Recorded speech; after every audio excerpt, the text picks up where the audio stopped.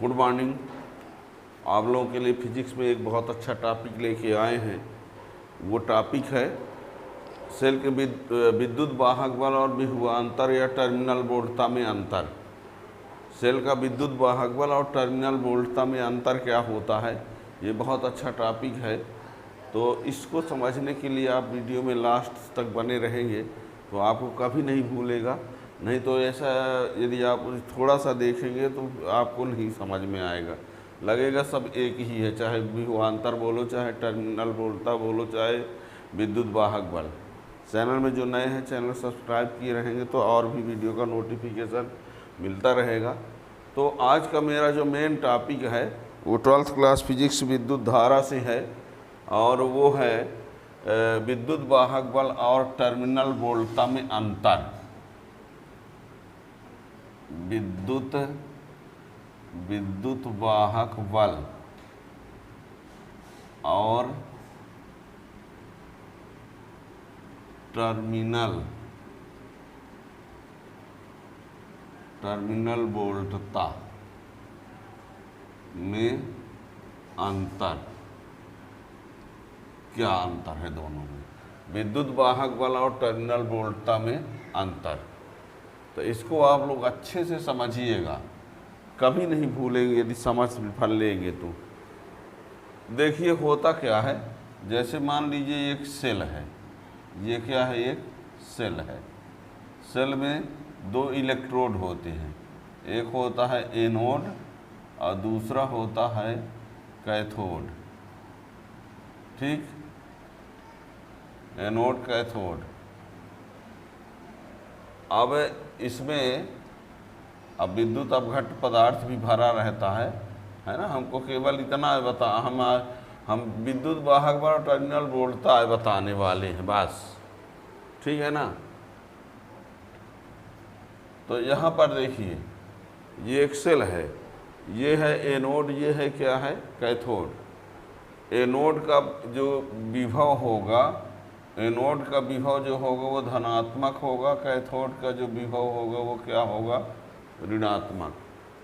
सबसे पहले ये समझ लीजिए बंद परिपथ और खुला परिपथ क्या होता है, अच्छे समझना। यदि हम सेल का उपयोग कर रहे हैं, सेल का उपयोग कर रहे हैं मतलब सेल से धारा ले रहे हैं, सेल को किसी परिपथ से जोड़े हैं।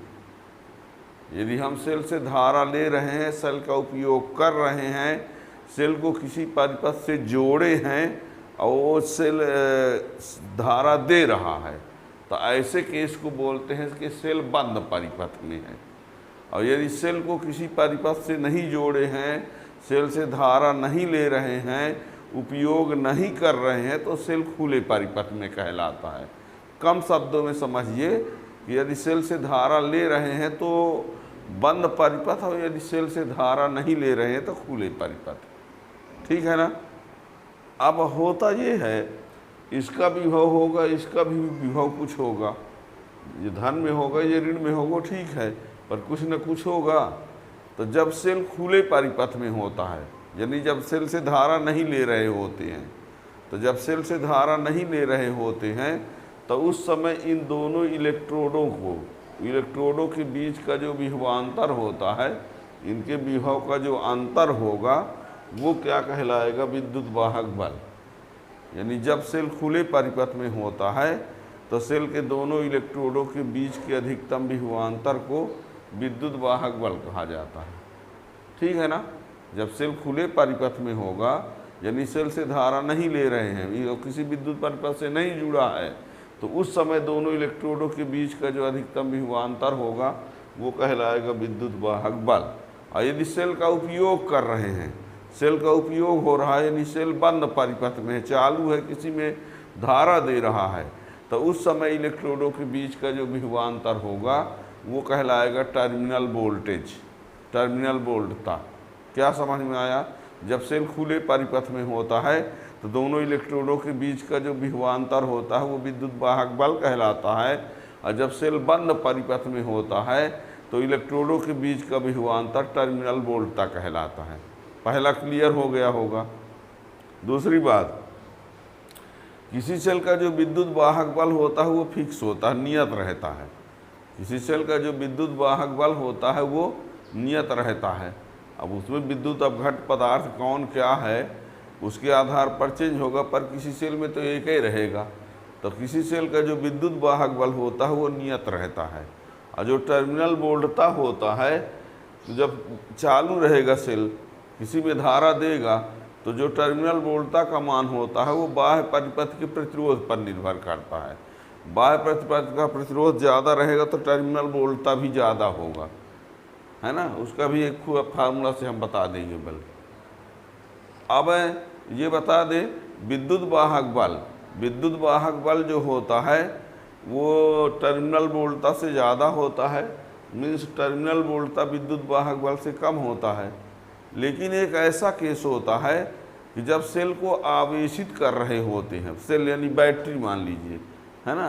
तो जब सेल को आवेशित करते हैं, चार्जर लगा के जब आवेशित कर रहे होते हैं, तो सेल को आवेशित करते समय, जब सेल को आवेशित किया जा रहा होता है, उस समय विद्युत वाहक बल जरूर छोटा हो जाता है और टर्मिनल वोल्टता बड़ा हो जाता है। आवेशित करते समय, ये नहीं कि फुल चार्ज है, तो जब चार्जर से कनेक्ट है तो आवेशित करते समय विद्युत वाहक बल छोटा होता है टर्मिनल वोल्टता से, और विद्युत टर्मिनल वोल्टता बड़ा होता है। ठीक है ना।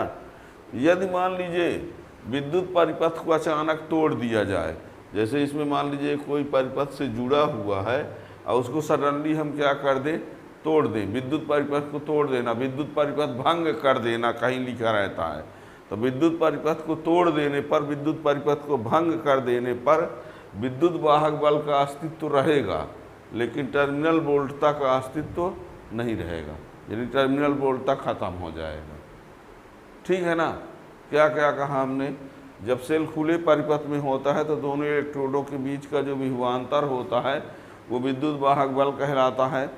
और जब सेल बंद परिपथ में होता है, यानी जब सेल से धारा ली जा रही होती है, तो उस समय दोनों इलेक्ट्रोडों के बीच का विभवांतर टर्मिनल वोल्टता होता है।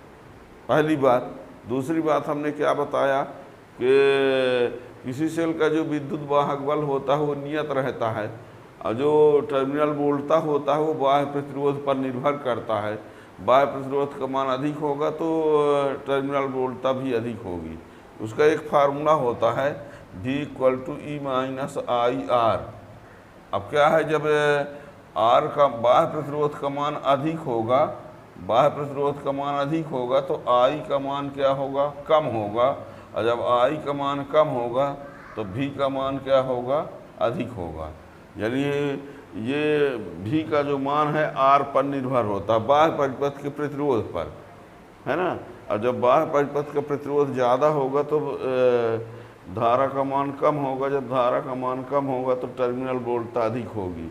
मतलब बाह्य प्रतिरोध अधिक होने पर टर्मिनल वोल्टता अधिक होती है। यानी ये जो है प्रतिरोध पर निर्भर होता है, और ये जो है विद्युत वाहक बल जो है किसी सेल का नियत रहता है ना।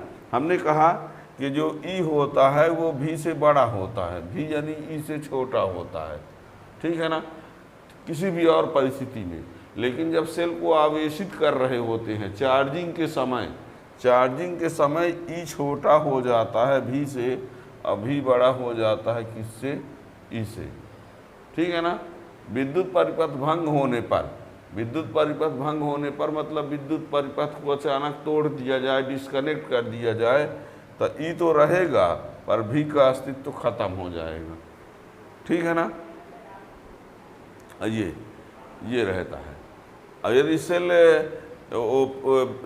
खुले परिपथ में है ना, तो उस समय विद्युत वाहक बल और टर्मिनल वोल्टता बराबर ही कहलाएगा। ठीक। तो ये है। अब इसी को हम लिखे दे रहे हैं, ये ज्ञान के दृष्टि से भी बहुत ज़रूरी है ना। तो लीजिए पार्टीशन बनाए देते हैं।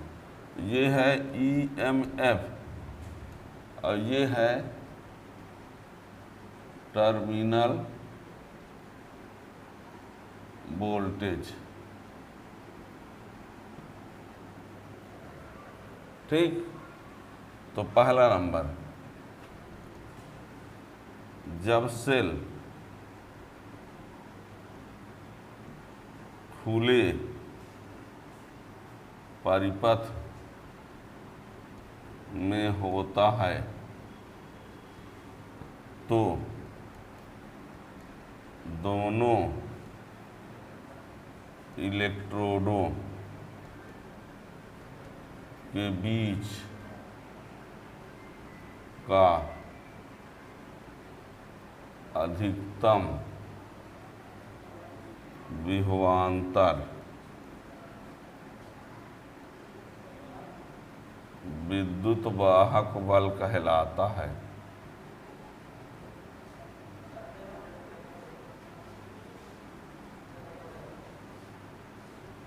ये ठीक। और इसमें जब सेल बंद परिपथ में होता है, बंद परिपथ में होता है मतलब सेल से धारा ली जाती है, चालू रहता है, सेल किसी परिपथ से जुड़ा होता है। जब सेल बंद परिपथ में होता है तो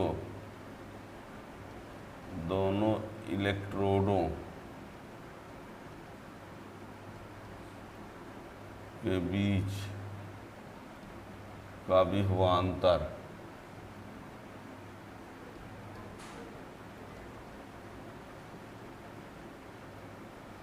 टर्मिनल वोल्टता कहलाता है। टर्मिनल वोल्टता विभवांतर भी लिख दे तो चलेगा। दूसरा नंबर, यह किसी सेल के लिए नियत होता है। यह परिपथ के बाह्य प्रतिरोध पर, परिपथ के बाह्य प्रतिरोध पर निर्भर होता है।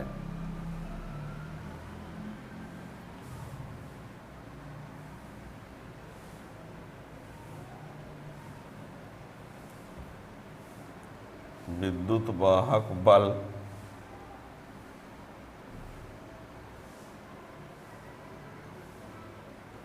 टर्मिनल वोल्टता से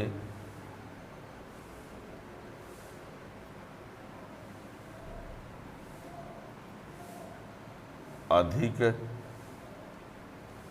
होता है। इसमें लिख देंगे टर्मिनल वोल्टता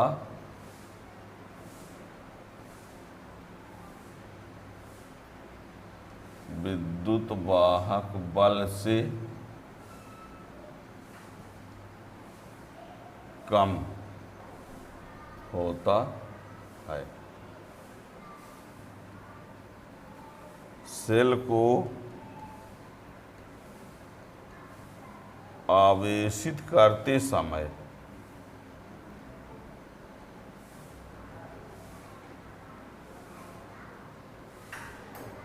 विद्युत वाहक बल, ध्यान रखना ये मेन पॉइंट है, कभी परीक्षा के लिए बहुत जरूरी है। सेल को आवेशित करते समय विद्युत वाहक बल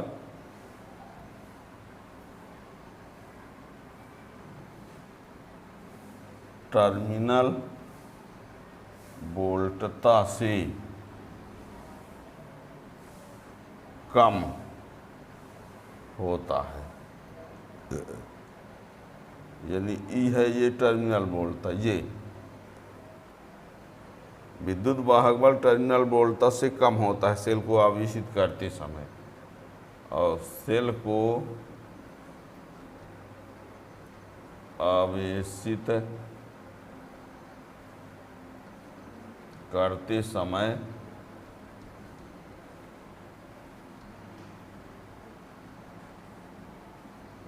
टर्मिनल वोल्टता विद्युत वाहक बल से बड़ा होता है, अधिक होता है, यानी भी बड़ा होता है ई से।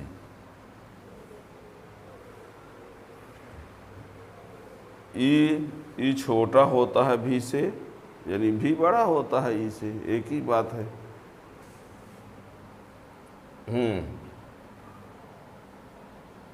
विद्युत परिपथ भंग होने पर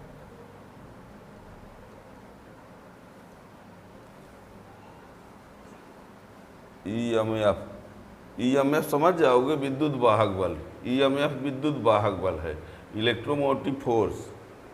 ईएमएफ का मतलब विद्युत वाहक बल है। अब शॉर्ट में हमने लिख दिया, विद्युत परिपथ भंग होने पर ईएमएफ का अस्तित्व रहता है। और इसमें विद्युत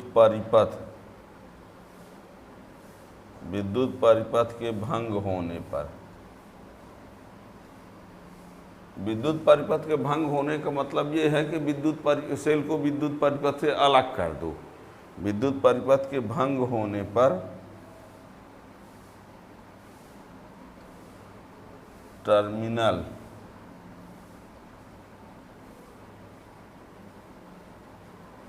वोल्टता का अस्तित्व खत्म, टर्मिनल वोल्टता खत्म हो जाता है। ये समझ लो, अस्तित्व खत्म हो जाता है। ठीक है ना, ये है।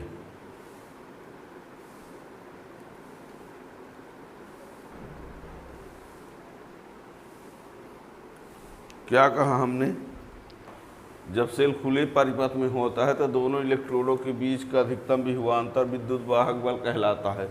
विद्युत वाहक बल ईएमएफ, इलेक्ट्रोमोटिव फोर्स। और जब सेल बंद परिपथ में होता है तो दोनों इलेक्ट्रोडों के बीच का विभवांतर टर्मिनल वोल्टता।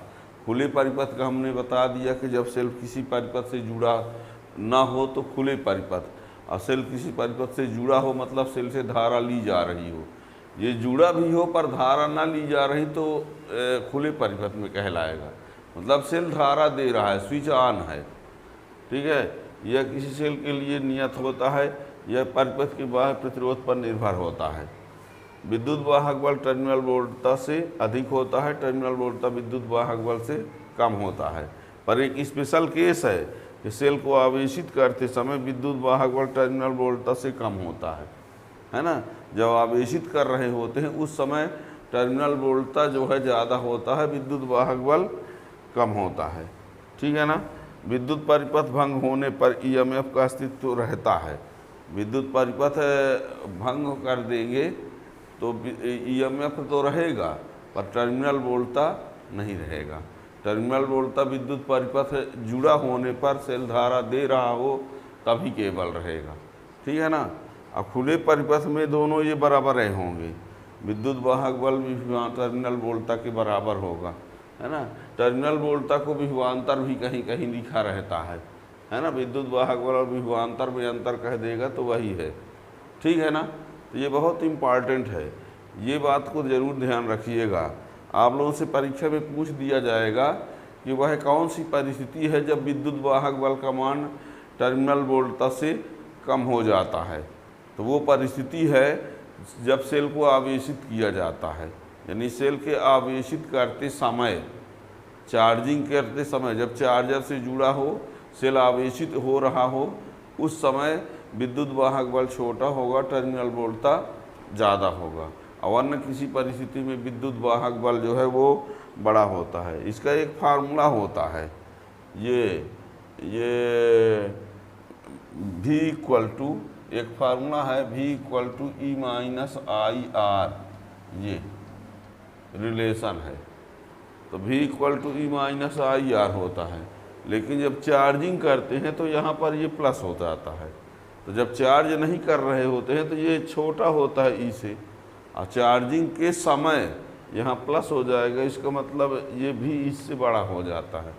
ये अन्य केस में है, अब V equal to E plus I R charging के समय, चार्जिंग के समय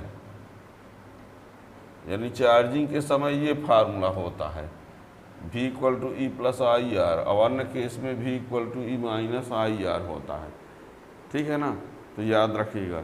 इस प्रकार और भी क्वेश्चन के लिए चैनल सब्सक्राइब किए रहेंगे तो उसका वीडियो का नोटिफिकेशन मिलता रहेगा।